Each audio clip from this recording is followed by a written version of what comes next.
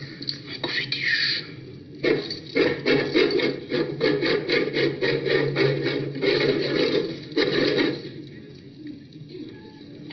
Celle-là. C'est pour votre jour. Bien fait. Maintenant, on va jouer à autre chose. Bah voilà, ça finit toujours mal. Salut à tous, on se retrouve pour le nouvel épisode de la campagne de l'avenir de l'Estali de Warhammer Made by Amateur. Alors désolé de ne pas avoir fait d'épisode cette semaine de bataille classique, mais on n'a pas eu le temps en fait tout simplement. On a préféré vous faire les batailles de la campagne et tout ce qui s'ensuit plutôt que de travailler un épisode de base.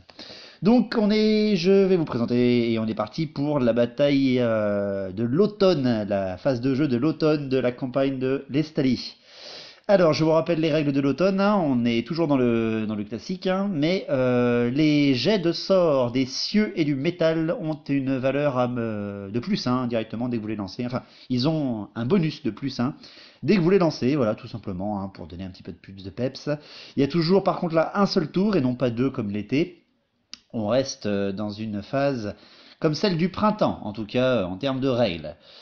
Donc vous vous rappelez un petit peu hein, le déploiement et les armées hein, à la fin de l'été. Donc les contes vampires, les bretonniens, les orques et gobelins et les guerriers du chaos sont vraiment collés les uns aux autres là dans la région de l'Est, tandis que l'alliance aux elfes et hommes lézards se vaut, hein, malgré des petits problèmes du côté de la frontière orques et gobelins et aux elfes, mais également aussi des échauffourées entre les guerriers du chaos et les hommes lézards. Hein. Donc cette phase d'automne, pareil que le printemps, comme je vous dis, donc un tour à deux phases de jeu. Hein. Le mouvement de votre armée de général ou le mouvement de votre premier lieutenant et vice versa. Alors les ordres hein, de départ, hein, ça sera donc Lilian qui va démarrer, ensuite ça sera mon tour avec mes bretonniens, ensuite Lucie avec ses hauts elfes, Henri et ses guerriers du chaos, et après les contes vampires de Thomas pour finir avec les hommes lézards de pierre qui mènent le jeu depuis l'été. Donc on est parti pour la phase de l'automne. Alors on y va, c'est parti. Lilian démarre, il prend son armée d'orques sauvages, hein, son grand général orques sauvages. En événement il prend les espions. Et il lance donc pour savoir de combien il se déplace. Et malheureusement pour lui, il fait qu'un petit 1, donc il se déplace que de 2. Donc avec son armée de son général orque sauvage qui est proche de ma frontière, c'est parti, il m'attaque. Il attaque pas la cité que je lui ai piquée parce qu'il n'a pas assez de déplacement. Donc il attaque mon empire. Il attaque une de mes plaines. Et donc vu que je n'ai pas d'armée à louer à côté, il va se battre contre ma garnison bretonnienne. En évolution de son empire, il fait un double 2, un petit 4, donc il se déploie sur le flanc Azur et un petit peu pour englober la cité que je lui ai piquée à l'été, pour bien me mettre la pression, soit passer par les forêts et les montagnes, soit devoir retraverser son empire pour pouvoir m'enfuir, mais ce n'est pas mon objectif. Donc la bataille qui va faire affronter son général orque sauvage contre ma garnison bretonnienne. Allez, c'est parti. Alors, cette fameuse bataille de son général orque sauvage contre ma garnison bretonnienne d'environ 2000 points, la partie. Une partie classique, on a fait une bâche. Les listes d'armées tournaient beaucoup avec une alliance d'orques sauvages, de costos, beaucoup de gobelins fanatiques et de chars du côté de Lilian. Tandis que de mon côté, vu que c'est mon armée de garnison, j'ai pas mis de chevalier du Graal. Hein. Je me suis mis, vu que mon général c'était mon paladin à pied, avec la vertu de sollicitude, j'ai fait donc beaucoup de thématiques, hein, j'ai fait beaucoup d'hommes à pied. Voilà, j'ai mis 20 archers, j'ai mis 40 hommes d'armes, j'ai mis mes 2 trébuchets, j'ai mis un petit régiment de chevaliers errants, mon gros régiment de chevaliers du royaume avec la grande bannière, et mes quêteux, mes chevaliers de la quête. Voilà, c'était une liste thématique, je trouve. Les graleux sont soit avec la prophétesse, soit avec le général. Ils sont pas là pour défendre un empire, ils sont là pour le faire se valoir. Donc la partie, comme d'hab, hein, je vous la fais en résumé. Alors ça a été dur des deux côtés parce qu'une armée de garnison bretonnienne est quand même costaude, hein, mais les orques et surtout avec l'orque sauvage et le gros bloc d'orques sauvages avec leur général dedans m'a vraiment fait chier toute la partie. Hein. La partie, comment elle s'est déroulée, ben, j'ai commencé les hostilités d'une façon assez intéressante parce que mes archers et mes trébuchets ont réussi à enlever un char à loup et quelques gobelins. Voilà, je me suis amusé à tirer dans la troupe et surtout je voulais faire fuir les gobelins pour ne pas avoir de fanatiques sur ma route. Malheureusement ça n'a pas suffi, sa ligne s'est très rapidement étendue à Lilian. Il a même décidé de charger avec son char orc dans mes chevaliers errants pour me les bloquer en fait, hein, et puis pour les affaiblir, avec une belle charge quand même parce qu'ils m'ont tué 3 avant que je puisse faire quoi que ce soit. Donc quand même pas mal de son côté. Hein. Quand ça a été à mon tour de charger, j'ai voulu percer sa ligne et en fait revenir après par les bretelles. Autrement dit, j'ai lancé une double charge de mes chevaliers de la quête plus de mes chevaliers du royaume avec la grande bannière sur son grand régiment de costauds qui était un petit peu affaibli par les tirs et par les trébuchets.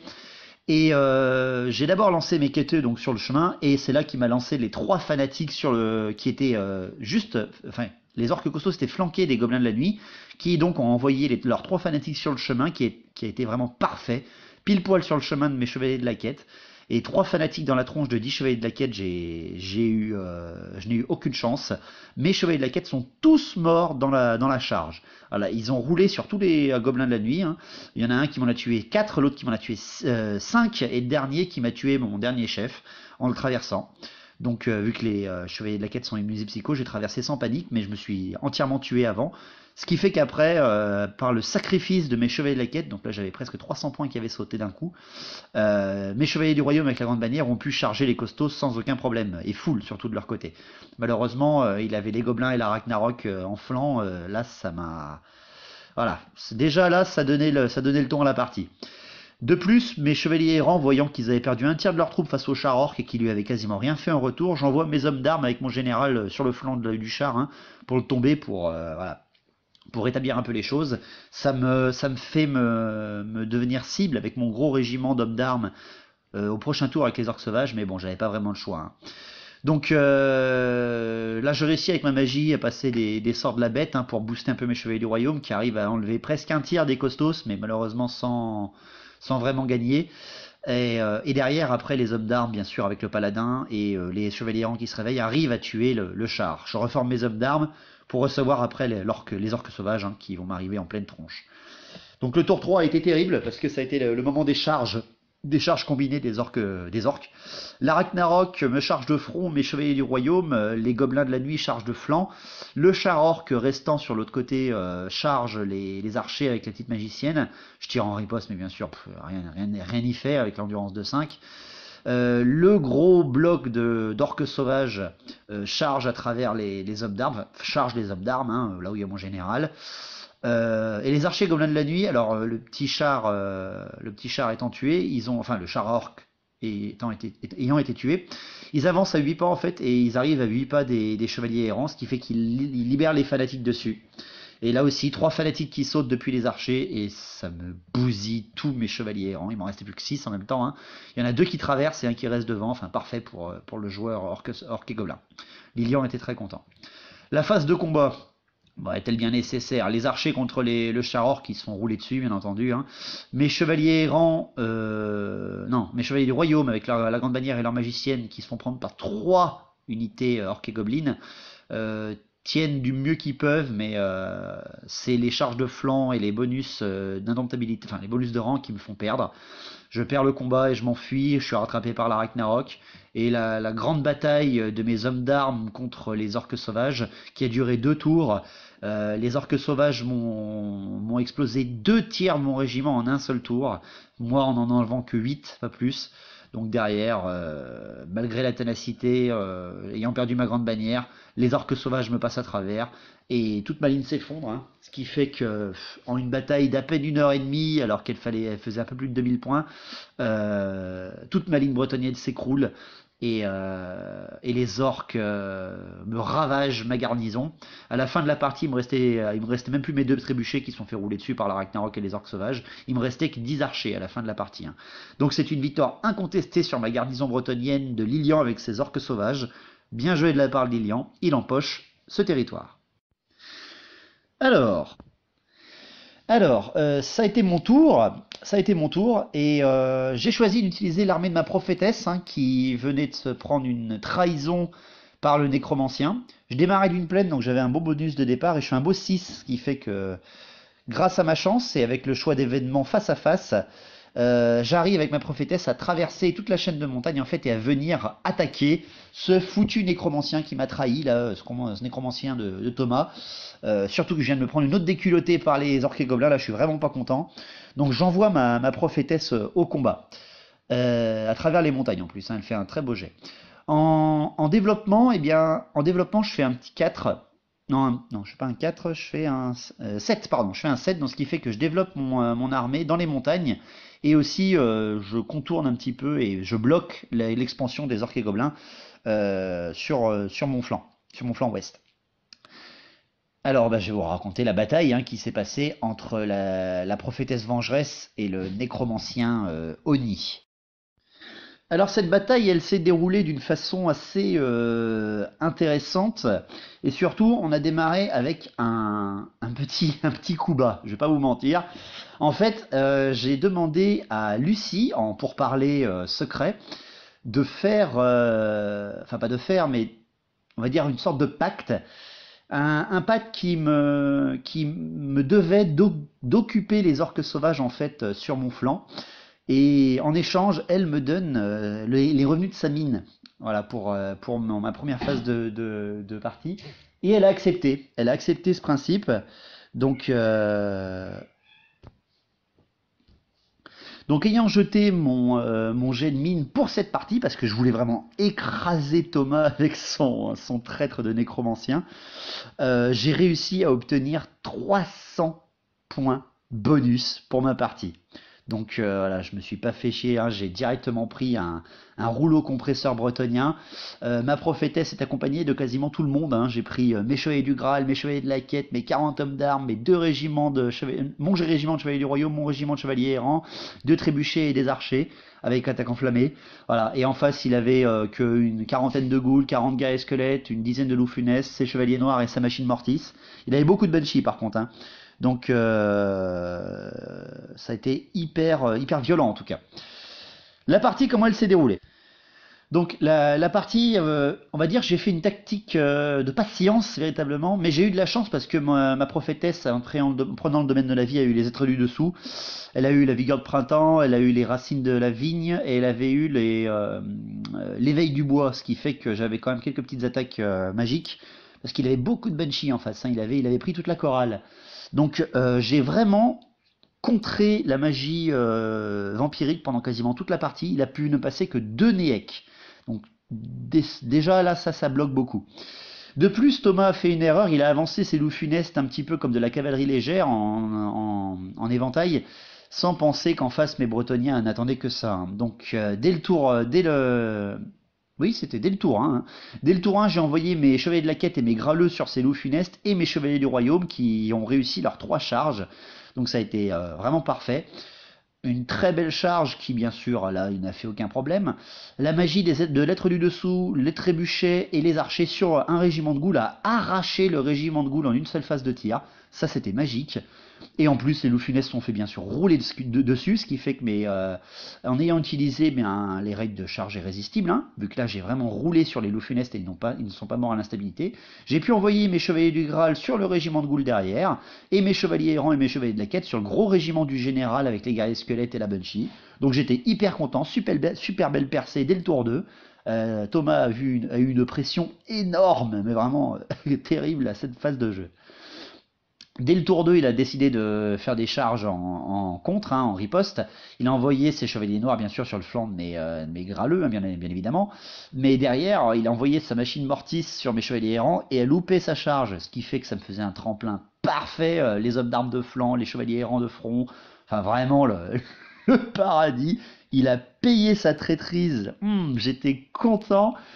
Donc, mes chevaliers du Graal contre les ghouls et pris de flanc par les chevaliers noirs, j'ai déclaré un défi avec mon chef graleux contre son vampire. Enfin, j'ai déclaré un défi, c'est le vampire qui l'a relevé. De toute façon, tous les graleux peuvent relever un défi.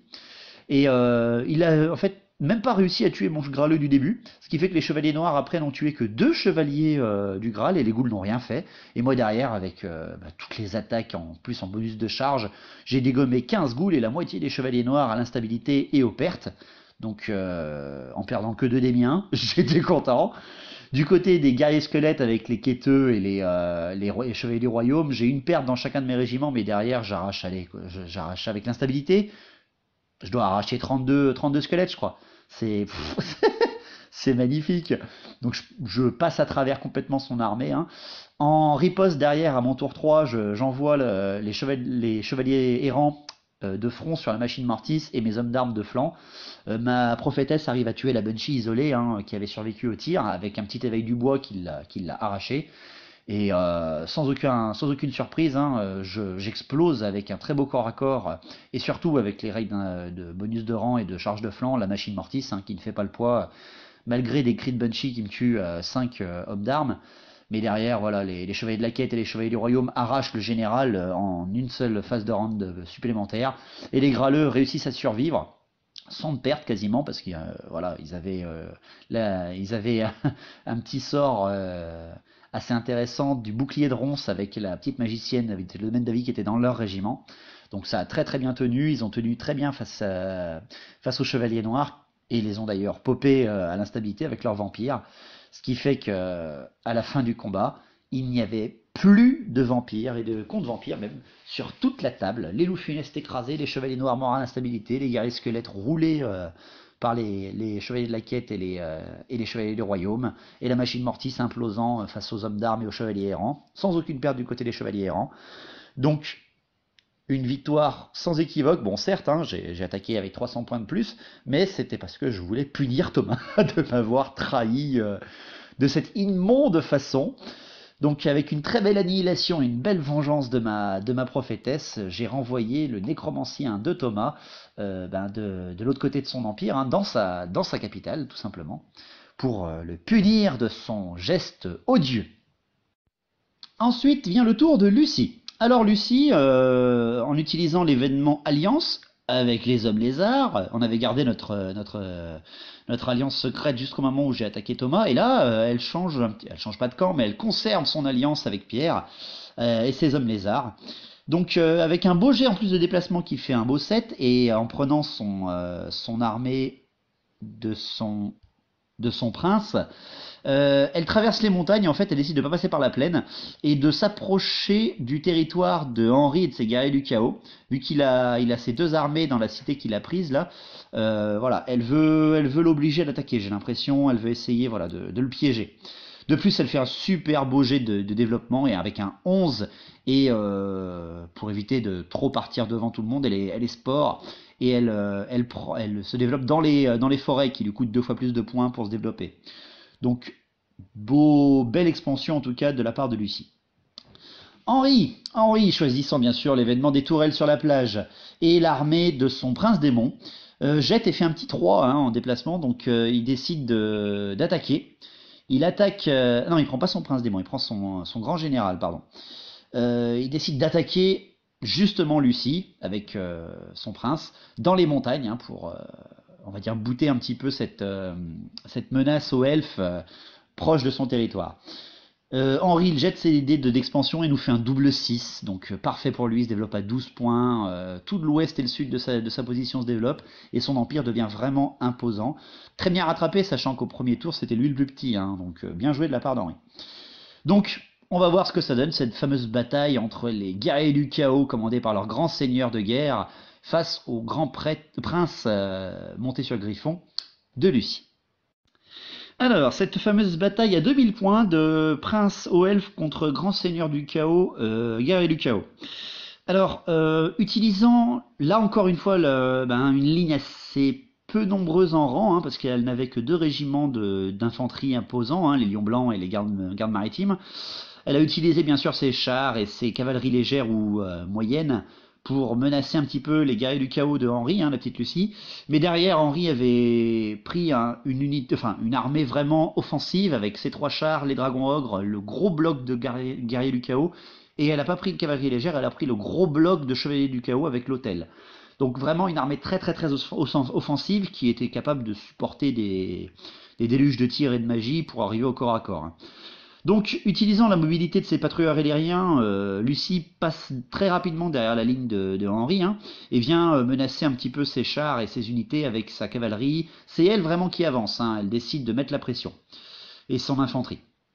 Les guerriers du chaos se déploient après en entonnoir, hein, essayant de faire, de rediriger un petit peu de futures charges irrésistibles des hauts elfes, et supporte très bien d'ailleurs le petit déluge de magie et de tir qui leur tombe dessus. Il y a seulement un dragon ogre qui meurt face au tir des sorts d'Avelor et de la baliste, hein, bien entendu. Le tour 2 est le signe des premières charges. Les hommes d'argent chargent le char éventreur. Autant le charger que se faire charger, ça c'est sûr, hein. Un petit peu au suicide, mais pour occuper cette figurine vraiment immonde et essayer de la tomber. Et également le prince quitte on va dire les flancs de ses unités d'infanterie pour menacer le flanc des chevaliers du chaos et sortir de leur vue. Donc voilà, la mobilité des hauts elfes est bien utilisée.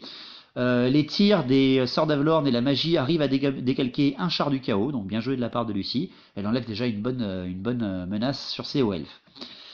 Le combat des Hommes d'Argent contre le char éventreur du chaos, elle enlève un PV au char, mais elle enlève 2 PV au char, non 1 PV au char, mais elle perd 3 Hommes d'Argent, hein, c'est les guerriers du chaos, hein, ça déconne pas. Et la phase suivante, c'est les charges des chevaliers du chaos sur les gardes maritimes. Les chevaliers du chaos qui n'ont aucune perte avec les 28 tirs en riposte des gardes maritimes, et qui en arrachent presque une dizaine à eux seuls, sans en perdre un seul. Heureusement, les gardes maritimes tiennent grâce à l'indomptabilité, la grande bannière qui est à côté, enfin bref, voilà, ils tiennent vachement bien, mais là c'était très violent pour Lucie, hein. Elle s'attendait pas à ce que les chevaliers du chaos n'aient aucune perte. Donc derrière, Lucie on va dire, se rattrape, elle fait de très belles charges. Les lions blancs chargent la pleine ligne centrale de son sac à poing de guerrier du chaos avec la grande bannière, son sorcier et le général de Henry, hein.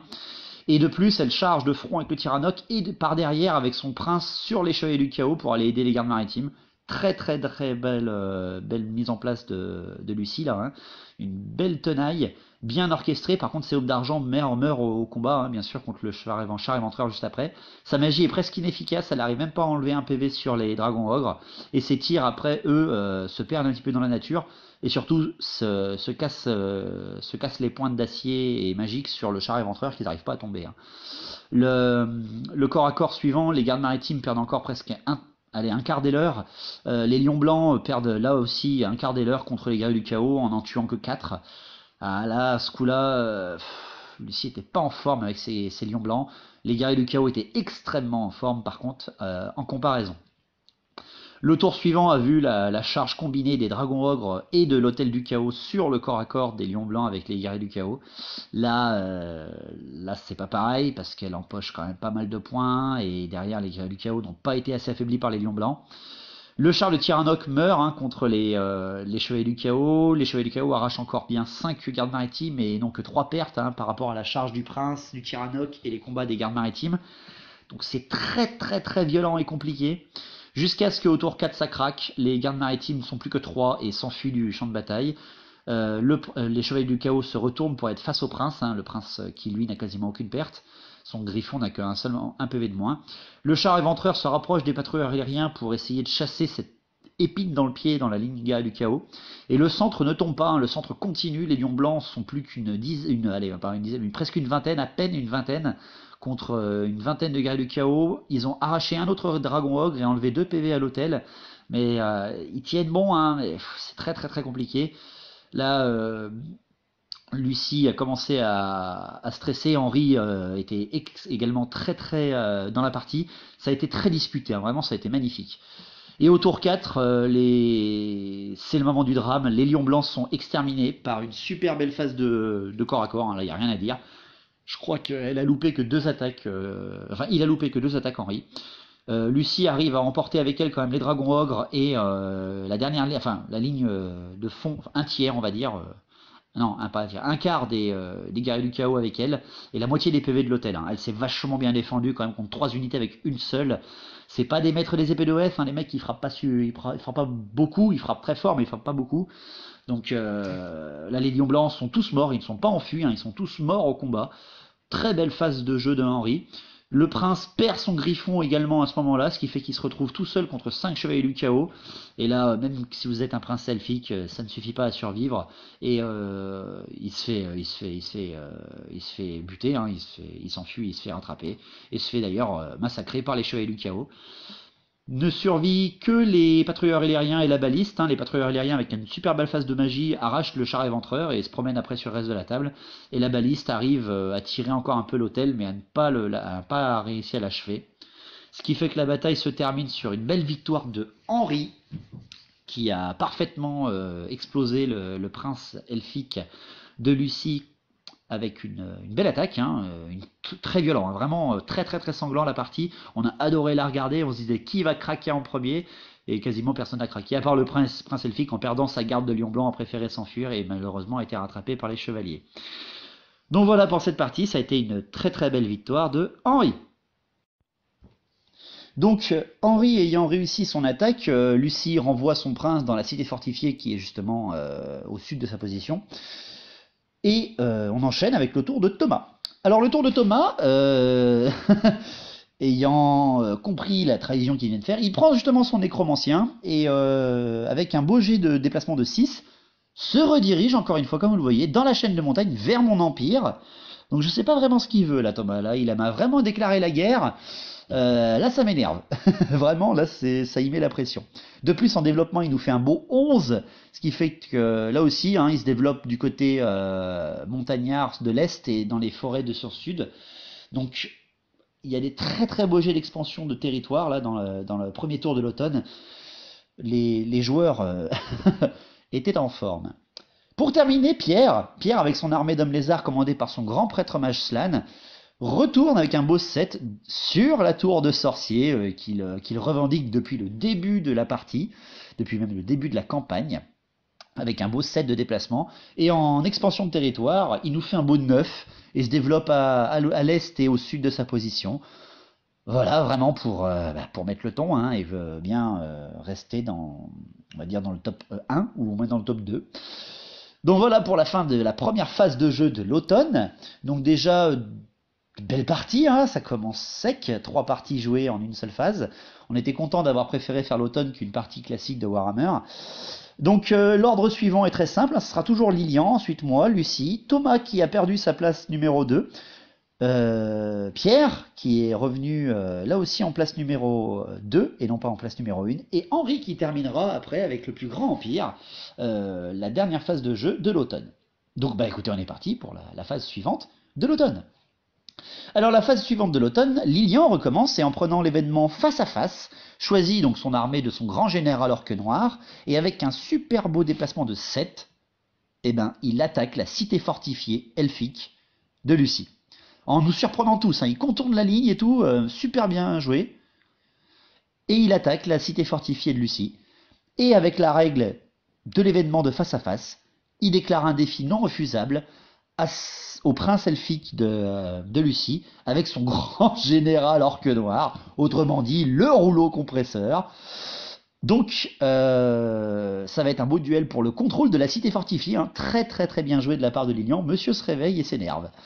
En expansion, il nous fait un beau 8, donc il se déploie complètement à l'ouest de sa position, hein, et met la pression là aussi sur les hauts elfes. Donc là, mon alliance avec les hauts elfes risque d'être un peu compromise, mais c'est bien l'orque noir qui attaque et non pas l'orque sauvage, donc pour l'instant je respecte ma part du marché, d'autant plus qu'elle n'est pas venue m'aider outre mesure depuis 2 saisons, donc voilà, hein, nanana. Donc le face-à-face, le défi. Alors le défi du général elfique contre le grand général orque et gobelin. Alors là techniquement c'était l'orque noir qui avait un peu moins de bonnes caractéristiques que le prince, parce que le prince est quand même monté sur un monstre. Donc c'est le général orque noir qui a chargé, hein, qui a déclaré la charge. Bien sûr le prince elfique a maintenu sa position. Et en un seul round de corps à corps, c'est très simple, je vous le fais en 1000. Lilian arrache la gueule du griffon. Voilà. Il lui arrache les 4 PV mais sans aucune difficulté, hein. Franchement, comme dans du beurre, le général orque noir. Ce qui fait qu'après le prince elfique à pied a tapé de toutes ses forces et toutes ses attaques possibles sur le général orque noir et lui a enlevé 1 PV. Le prince elfique a fait son jet mais ne s'est pas enfui, ce qui fait que ça a donné un deuxième round de corps à corps. Le prince elfique a frappé de toutes ses forces, toute sa puissance, a encore enlevé un PV au général orque noir. Et là, le général de Lilian a levé sa hache à deux mains au-dessus de sa tête et a fait un axe central de haut en bas à 90 degrés et voilà, il a coupé en deux littéralement le prince elfique de Lucie. Il lui enlève 4 PV sur 3 en un seul round de corps à corps. Donc en tout là dans le round de corps à corps, dans le duel, en 2 rounds, Lilian a arraché 8 PV. En gros. Hein. Même si en face il y en a que 7, hein, et il a enlevé 8 PV.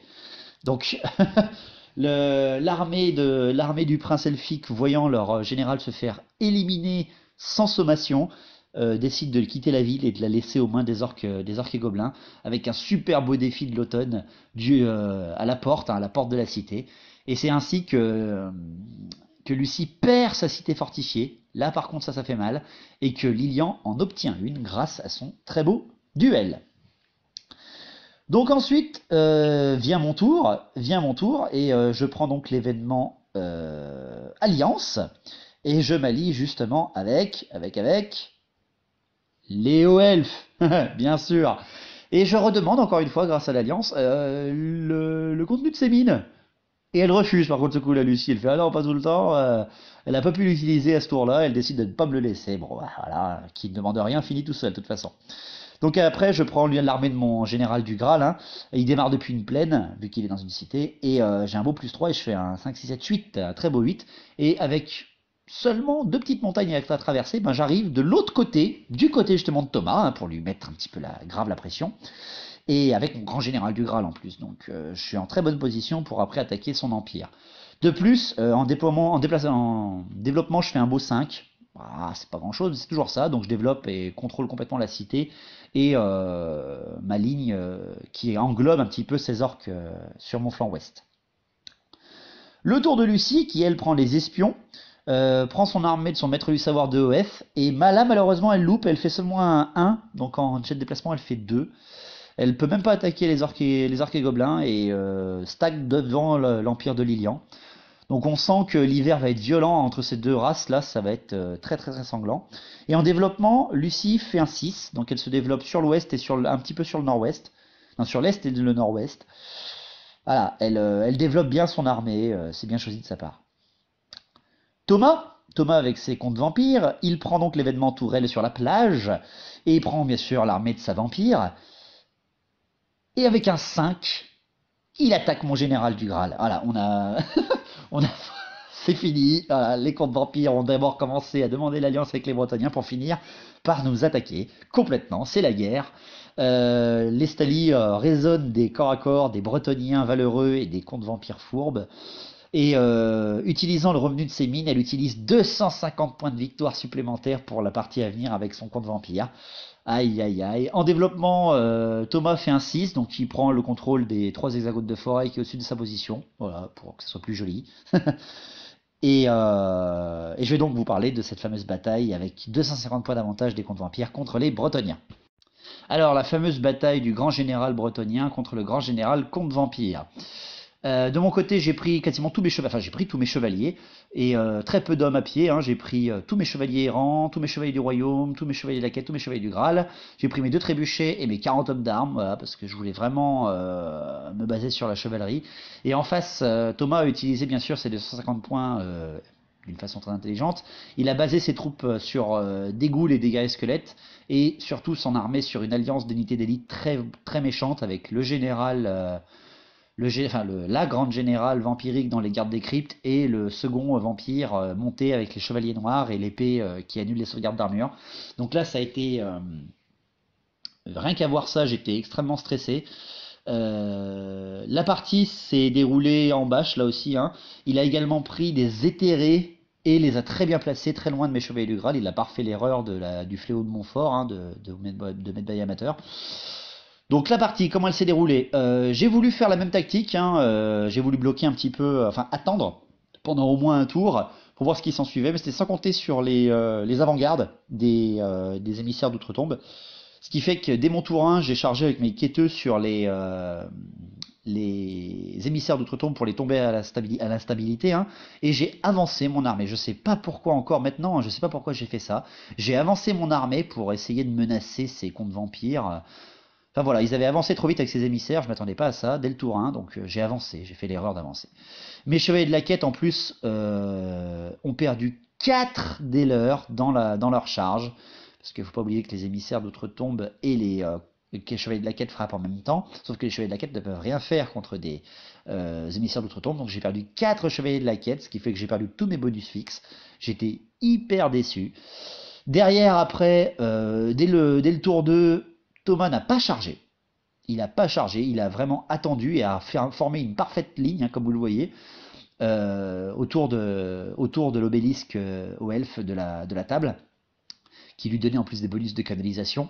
Et moi derrière, j'ai continué de perdre des chevaliers de la quête contre ses émissaires sans en enlever un seul en face. Donc c'était déjà foutu sur mon flanc droit. Ce qui fait qu'à mon tour 2, j'ai chargé, hein, j'ai craqué. J'ai envoyé mes graleux sur les ghouls, j'ai envoyé mes chevaliers errants sur les d'autres ghouls, j'ai envoyé mes chevaliers du royaume, enfin tous mes chevaliers du royaume sur les guerriers squelettes, et j'ai avancé mes hommes d'armes en direction de la machine mortis pour me faire charger. Voilà, en gros je me suis jeté dans le piège, hein, mes trébuchets ayant tout loupé depuis le début de la partie, là sur 2 tours de tir, tout loupé. Donc j'avance et je charge, j'enlève quand même pas mal de troupes, hein, c'est pas des tendres les miens, hein, mais pas assez pour en provoquer une assez grande instabilité, ce qui fait que derrière arrivent les charges combinées des contes vampires, hein, des zombies sur le flanc de mes chevaliers du royaume, la machine mortis de front sur mes hommes d'armes, les gardes des cryptes avec leur grand général sur le flanc de mes chevaliers errants, et les chevaliers noirs, bien sûr, sur le flanc de mes graleux. Là, il y a eu quasiment aucune chance. Vraiment, il m'a laissé aucune chance, Thomas. Il a parfaitement géré. Moi, j'ai fait des jets pourris. Enfin bref, mais mon chevalier du Graal, là, mon grand général du Graal n'était pas du tout avec moi. La dame m'a abandonné. J'ai perdu tous mes chevaliers au tour 3. Et il a fallu encore, comme vous le voyez, 2 tours pour faire tomber mes derniers survivants de Graleux, qui se sont fait prendre après par des Néèques en plus qui avaient développé les zombies à hauteur de 40. Enfin bref, c'était immonde. La partie s'est achevée, comme vous le voyez, sur un encerclement de mes derniers survivants du Graal, qui n'étaient plus que 3 à la fin de la partie et qui sont tous morts au corps à corps.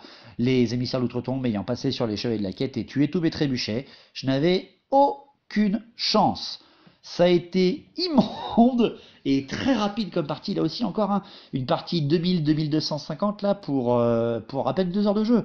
Ça a été dégueulasse et un massacre, hein, ça c'est sûr. J'ai été annihilé à la fin de la partie. Donc très bien joué de la part de Thomas qui me fait tomber tout mon plan à l'eau là, hein. Mon général qui avait traversé les montagnes se fait renvoyer à la cité qu'il a libérée des orques et gobelins pendant l'été. Donc très bien joué de la part de Thomas. Pour terminer l'automne, le tour de Pierre avec ses hommes lézards qui prend son armée de son général sur Carnosaur, qui part de la forteresse là sur son est, et qui fait un petit 3 aussi de déplacement. L'hiver se fait sentir, les armées avancent très peu rapidement, mais les empires se développent bien, parce que derrière Pierre fait un beau 9 en développement, donc il ferme sa frontière avec les guerriers du chaos, et la développe également sur le sud avec les hauts elfes, et la ferme également. Donc les empires là n'auront plus le choix, hein. Soit ils se développent dans les montagnes, soit ils se battent. Et pour terminer, Henri, avec ses guerriers du chaos, prend son armée de son prince démon, part de la cité et fait un 5 de déplacement, donc contourne et passe entre les armées, hein. Il vient menacer vraiment les hommes lézards pour l'hiver qui arrivera, et avec un beau développement de 8, il prend possession du temple maudit au centre de la carte, et se développe complètement dans les montagnes. Donc ainsi se termine l'automne, avec une carte, comme vous le voyez, qui n'a quasiment plus d'échappatoire. L'hiver va être sanglant, vraiment, hein. Les armées, là, et les animosités sont développées au maximum. Et là, il n'y aura pas le choix. Il va falloir qu'on se frite. Donc, voilà pour l'automne. Les résultats. Alors, les résultats à la fin de l'automne. Le plus petit empire, c'est moi, avec 52 hexagones et bretoniens, parce que je me suis quand même pris 2 déculottés dans l'automne, là, hein. 52 hexagones, et j'arrive à sauver 1070 civils. Voilà. Ensuite vient Lilian avec ses 59 hexagones, avec ses arcs et gobelins, et lui arrive à en massacrer 1260. Thomas et ses contes vampires avec ses 59 hexagones également arrivent à massacrer 1250 civils. Lucie et ses hauts elfes arrivent en 3e position avec ses 60 hexagones et ses 1280 civils évacués. Henry et ses guerriers du chaos est en place numéro 2 avec ses 61 hexagones et 1310 civils égorgés. Et enfin vient Pierre avec ses hommes lézards et ses 70 hexagones qui a repris la première place et 1440 civils sauvés. Donc voilà l'ordre et le classement à la fin de l'automne et le classement pour l'instant de la campagne, hein, qui est le meilleur, qui est le moins bon. Donc le plus petit score de civils pour l'instant. Donc malgré une expansion très importante de son empire, c'est toujours Henri qui est un petit peu à la traîne, avec un total de 2580 civils tués. Voilà, malgré le fait qu'il ait énormément développé son empire, voilà, il a eu un très mauvais départ de saison un très mauvais départ de campagne, hein, de la première saison. Donc la dernière place vient à Henri, 2580 civils tués à la fin de l'automne. Ensuite, en deuxième mauvaise position, c'est Lilian avec ses archégoblins et ses 2700 civils tués. Voilà, il est un petit peu à la traîne là aussi, il n'a pas passé la barre des 3000. Ensuite, voilà mon tour avec mes 2920 civils sauvés. Voilà, j'essaie de faire au mieux. Juste devant moi, maudit soit-il, voici Thomas avec ses contes vampires et 2980 civils massacrés. La deuxième place vient à Lucie, toujours, hein, avec ses 3040 civils sauvés à la fin de l'automne, et Pierre, qui lui domine la partie, avec ses 3350 civils sauvés à la fin de l'automne. Ça va être très compliqué pour passer outre la domination des hommes lézards ou des hauts elfes, mais l'hiver n'est pas encore arrivé, il est en train de tomber, ça neige dehors, le froid est là, et les animosités et la bataille et le sang couleront abondamment dans la neige de l'Estalie. Donc voilà, j'espère que cet épisode numéro 4 de la campagne de l'Estalie, de l'avenir de l'Estalie vous a plu. Désolé encore une fois de ne pas avoir sorti un épisode en classique cette semaine. Noël n'est pas très loin, on est pris en ce moment. Donc on se voit pour la semaine prochaine, hein, sans aucun souci. Là je mettrai vraiment une partie de base et une partie de la campagne. Et puis écoutez, on terminera justement la campagne la semaine prochaine. Donc portez-vous bien tous, bonne fête des Lumières et bon week-end de décembre à vous tous. Et écoutez, à la prochaine, longue vie à battle au vrai battle, et merci à vous. Allez, à plus.